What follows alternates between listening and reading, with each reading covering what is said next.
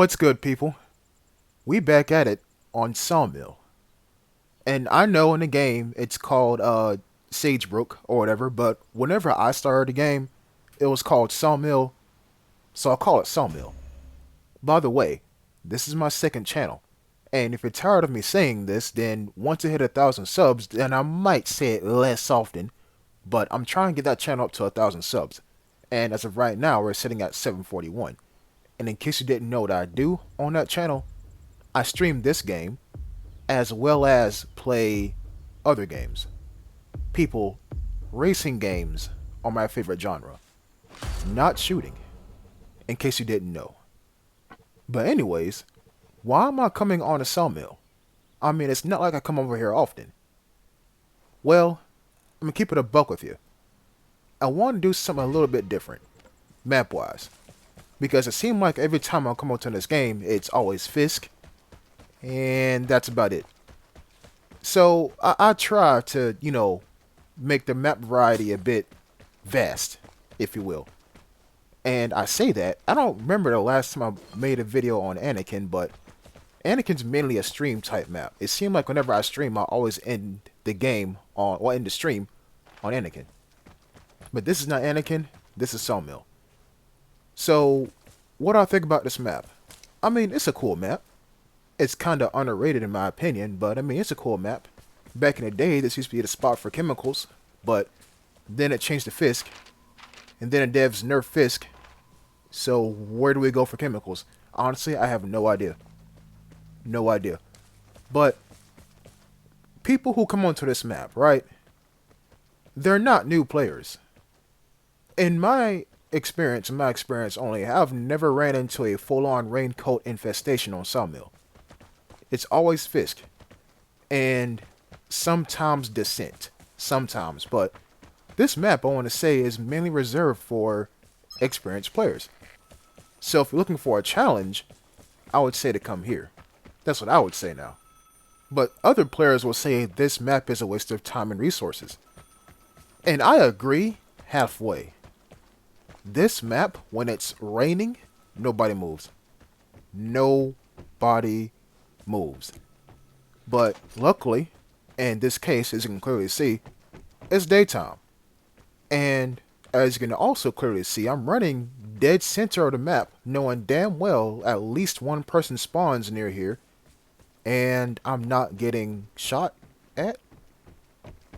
That's odd. And yeah, I ran around a circle just now because I'm like, bro, where is everybody at if I'm not getting shot at? One person spawns pretty much near the exit, if not on the pathway running toward the Sawmill. So somebody should be here. And on top of that, the phone stopped ringing. I was going to go answer it. That's why I paused right there, but it seemed like nobody's home. Or so I thought.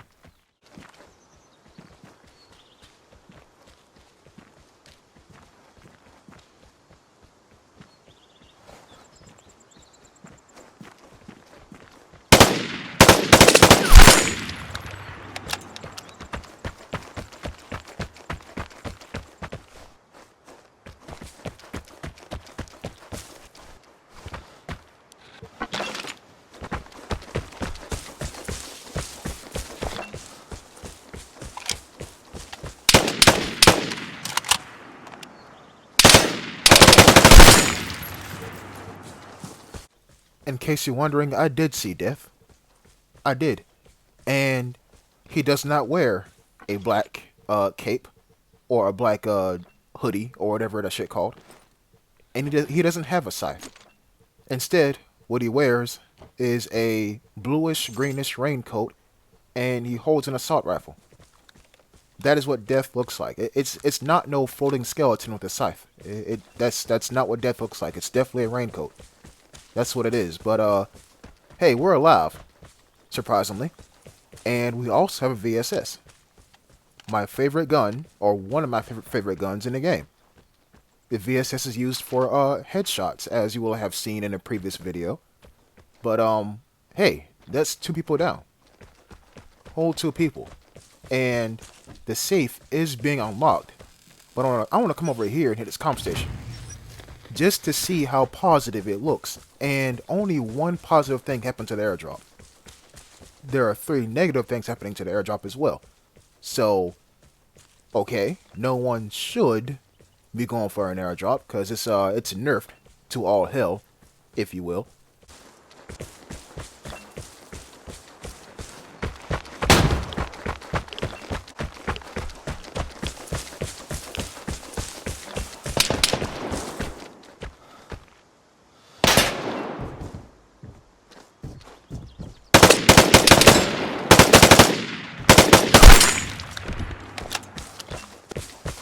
You see, whenever I heard, if not seen, that radiation grenade fly out of nowhere, I'm like, why the fuck is there a radiation grenade flying through the air like a bat out of hell? Why? Why? Well, this guy is the reason why. Now, what I don't know is why is someone calling in a mortar strike on the barn?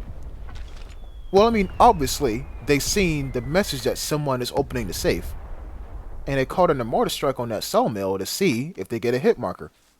Obviously, if they get a hit marker, then someone's in the safe or in the barred house. But the mortars don't go through ceilings. The radius does, the explosion radius, but not the mortars themselves.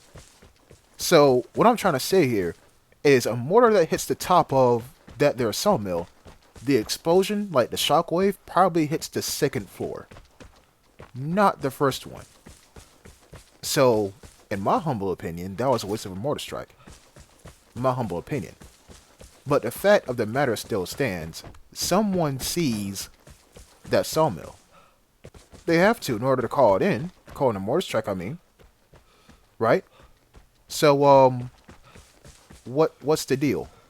Where could they be at? Well, I'm going to go ahead and plan preemptively. If they have a mortar strike, they might have a port.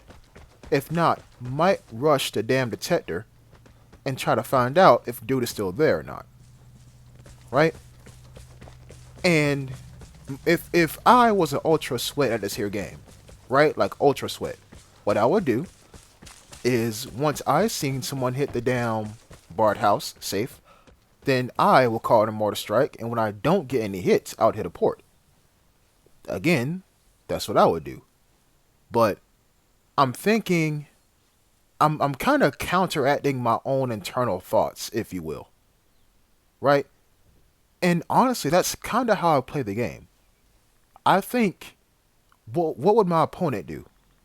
Okay, now that I pieced that together, how can I counteract what I think what my opponent would do?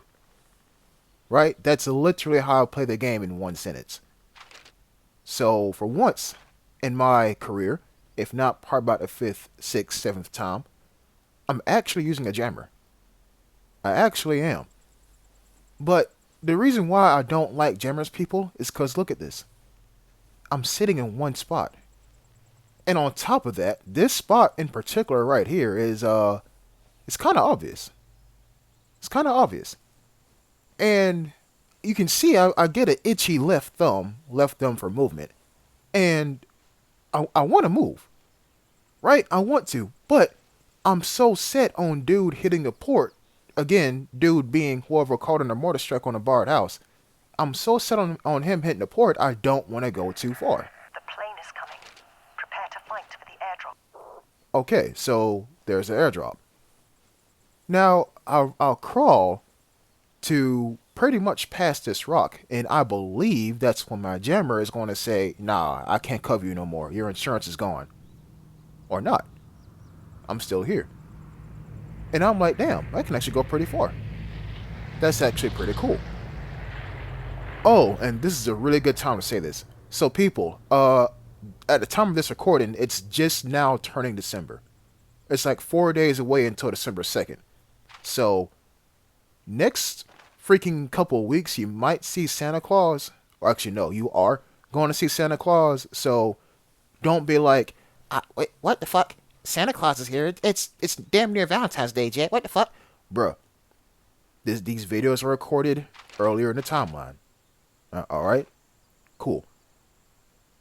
And notice the entire time I said that, nothing happened. But I do get a bit lucky, coincidentally, if you will, and the airdrop is pretty much right in front of me. Crawling in this direction, I mean. So, once again, I'm still gonna crawl. And then we hear shots go off. Okay. Now, this is a raincoat tactic. Whenever you hear shots, you go straight for the airdrop and try to grab it. Because you think that the nearest threat to you is currently engaged and or distracted by somebody else. Right? Still a tactic, but a dumb one. In my case, I use this chance to make the airdrop a death trap. So I do just that. Now, watch what happens when I toss a grenade. I book it. Because the person who just got into a gunfight is probably still nearby. Probably. So I'm going to get the heck out of Dodge before Dodge gets the heck out of me. You feel me?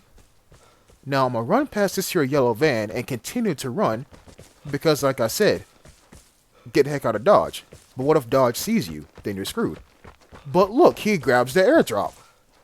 Okay, so now he's dead. Right? And notice how I paused there to check and see if I had any caffeine pills or anything like that.